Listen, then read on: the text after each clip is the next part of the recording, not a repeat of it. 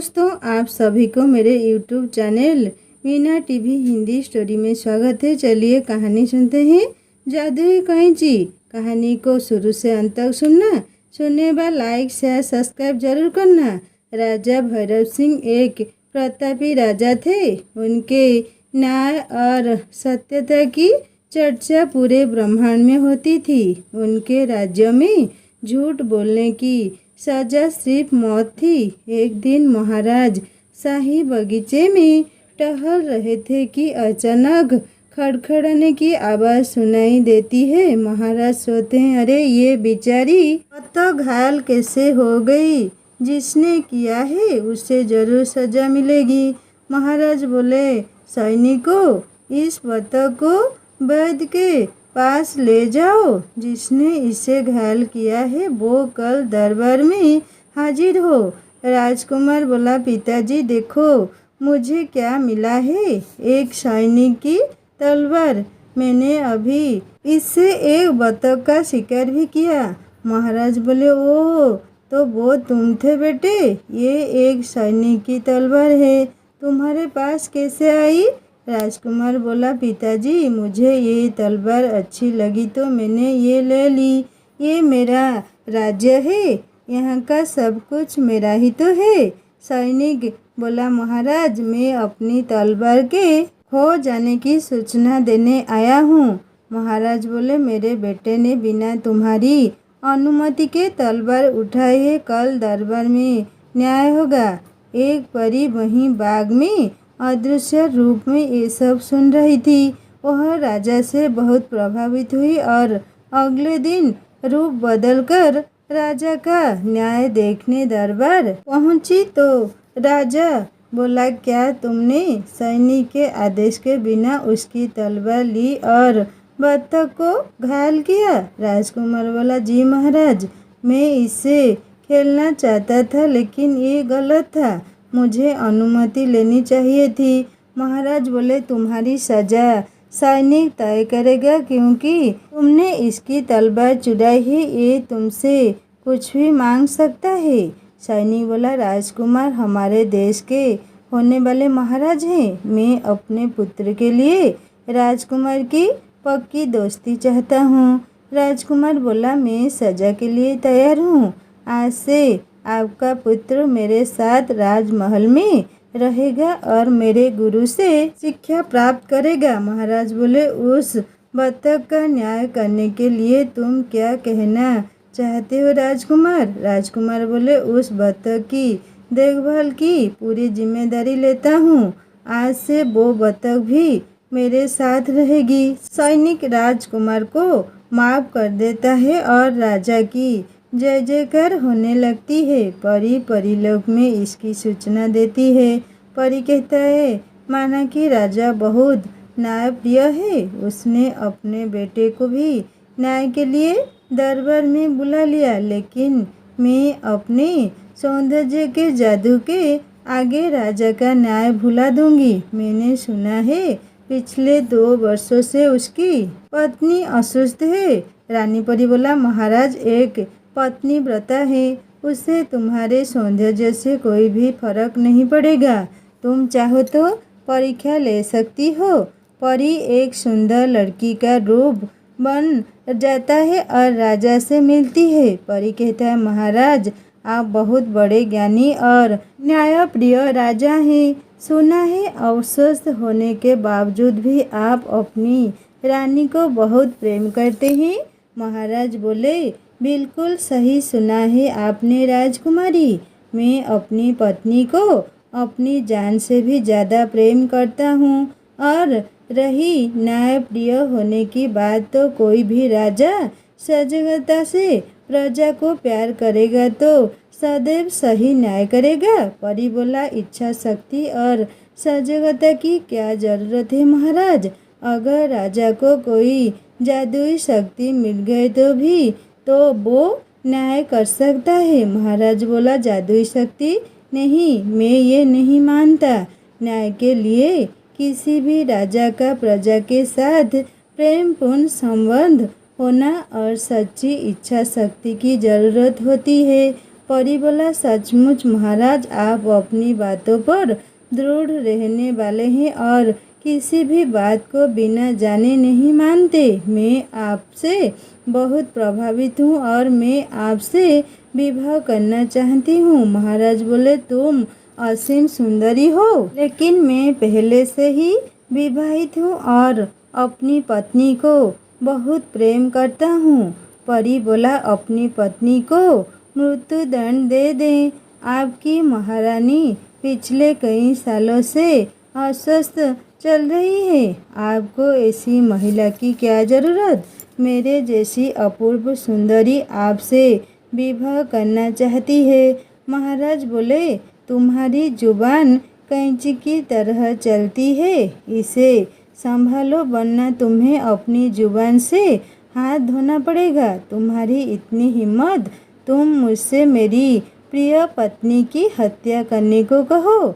महाराज बोले, सैनिकों, पकड़ लो इसे और कैद कर दो। राजा की बात सुनते ही परी गायब हो जाती है। परी कहता है, राजन, तुम मेरे रूप से तो नहीं हारे, पर हाँ, तुमने मेरी जुबान को कैंची कहा है ना। एक दिन मेरी कैंची से ही सही, मैं तुम्हारी अकड़ को ख़त्म कर दूंगी। कुछ दिन बाद राजा प्रजा का हाल जानने एक गांव से गुजर रहा था कि किसान की झोपड़ी में जोर जोर से रोने की आवाज़ आ रही थी। उसने झोपड़ी का दरवाज़ा खटखटाया। महाराज बोले, अरे भाई, ज़रा बाहर आओ। तुम्हारे घर से रोने चिल्लाने की आवाज़ क्यों आ रही है? क्या कष्ट है? मैं तुम्हारे देश का राजा हूँ। ये क्या, तुम्हारे कपड़े जगह जगह से कटे हुए हैं? किसान बोला, महाराज, मैं कल फसल पकने के बाद फसल काटने के लिए खेत में पहुँचा। मैंने सोचा कि काश मुझे कोई ऐसी जादुई चीज़ मिल जाए जो मेरी फसल को तुरंत काट दे।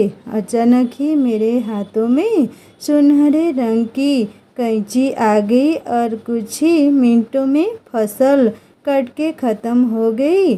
तभी वहाँ पर एक परी आई। मैं परी को देखकर भयभीत हो गया। परी बोला, ये जादुई कैंची है, ये सभी का न्याय करती है और असत्य बोलने वालों के कपड़े काट देती है और कपड़ों को काटकर उन्हें नग्न कर देती है। ये मेरी तरफ से राजा को उपहार है। न्याय के लिए राजा को अब दर दर भटकने की प्रजा का सुख दुख मनोदशा जानने की जरूरत नहीं। कैंची की सहायता से वह न्याय कर सकता है। किसान बोला, महाराज, मैं कैंची लेकर घर आ गया तो मेरी पत्नी ने मुझसे पूछा। पत्नी बोला, क्यों जी, सुबह के गए अब लौटे हो, इतनी देर कैसे हो गई?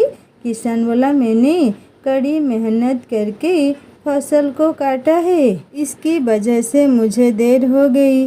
किसान बोला, महाराज, क्योंकि मैंने झूठ बोला तो कैंची ने मेरे सारे वस्त्र काट दिए। उसके बाद जब मैंने अपनी पत्नी से पूछा, किसान बोला, आज सारा दिन क्या किया तूने? खाना खाया या नहीं खाया? पत्नी बोला, पूरे दिन उपवास रखकर भूखी प्यासी तुम्हारा इंतजार कर रही थी। किसान उसके ऐसा कहते ही कैंची ने उसके कपड़ों को भी काट दिया और हम दोनों को ये समझ में आ गया कि हम दोनों ही एक दूसरे से झूठ बोल रहे थे। इसीलिए कैंची ने हमारे सत्य को बाहर निकालने के लिए हमारे वस्त्रों को काट दिया। हम चाहते हैं कि आप इस कैंची को स्वीकार करें, ये न्याय करने में आपकी मदद करेगी। किसान की बात सुनकर राजा ने किसान से वह जादुई कैंची ले ली और राजमहल की तरफ चल पड़ा।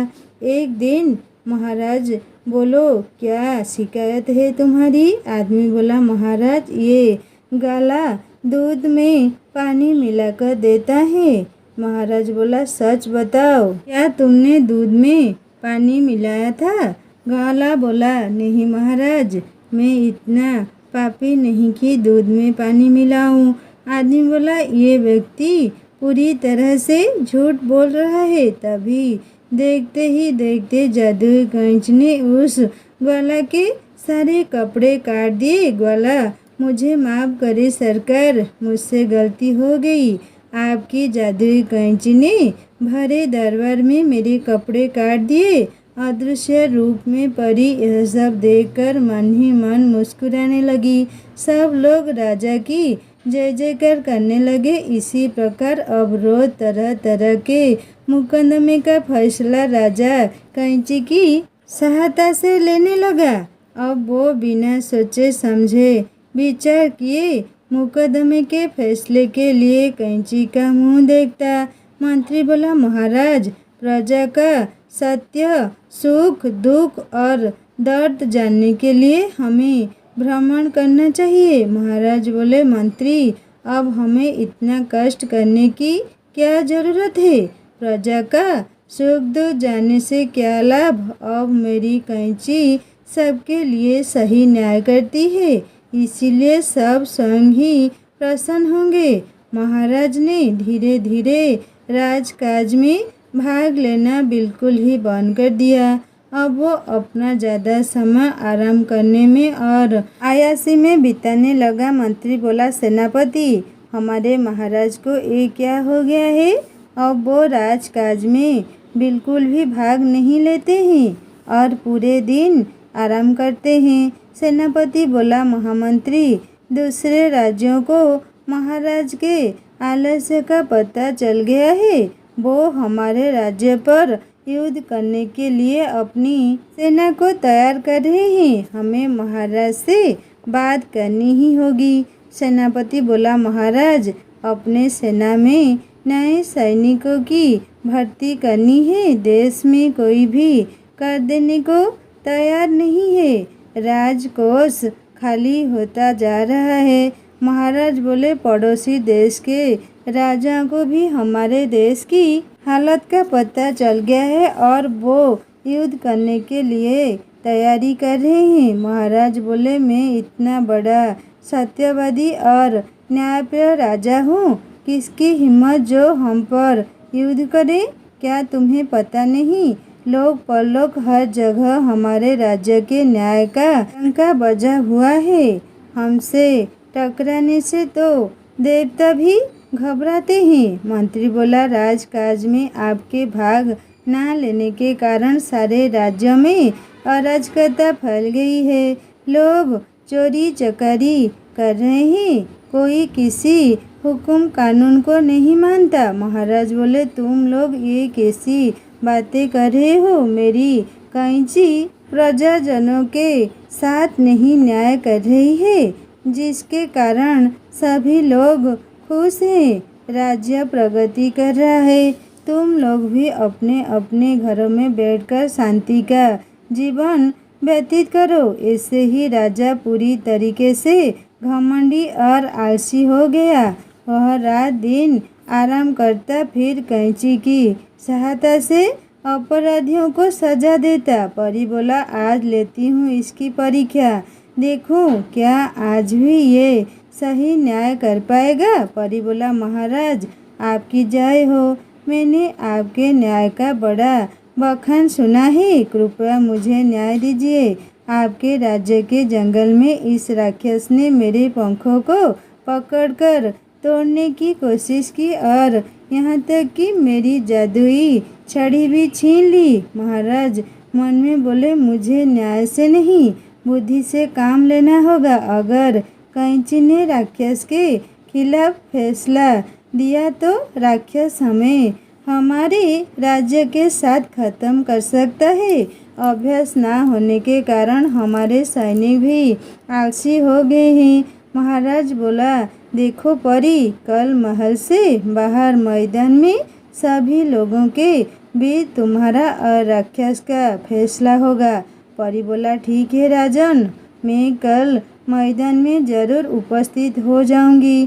परी मन में सोचा, आया बड़ा सत्यवादी ये राक्षस मेरी ही माया है। अब इसकी सारी सच्चाई सबके सामने आ जाएगी। नीलम परी से टकराना आसान नहीं है। राक्षस बोला, सुनो राजन, यदि चाहते हो कि तुम्हारे राज्य में सब कुछ ठीक से चलता रहे तो कल के मुकदमे में मेरी जीत होनी चाहिए। महाराज बोला, परी, राक्षस एक बड़ा ही बलवान और शक्तिशाली आदमी है, उससे भला तुम्हारे पंखों से क्या काम, और वो तो हर काम अपनी शक्ति से खुद ही कर सकता है, तो भला वो तुम्हारी जादुई छड़ी लेकर क्या करेगा।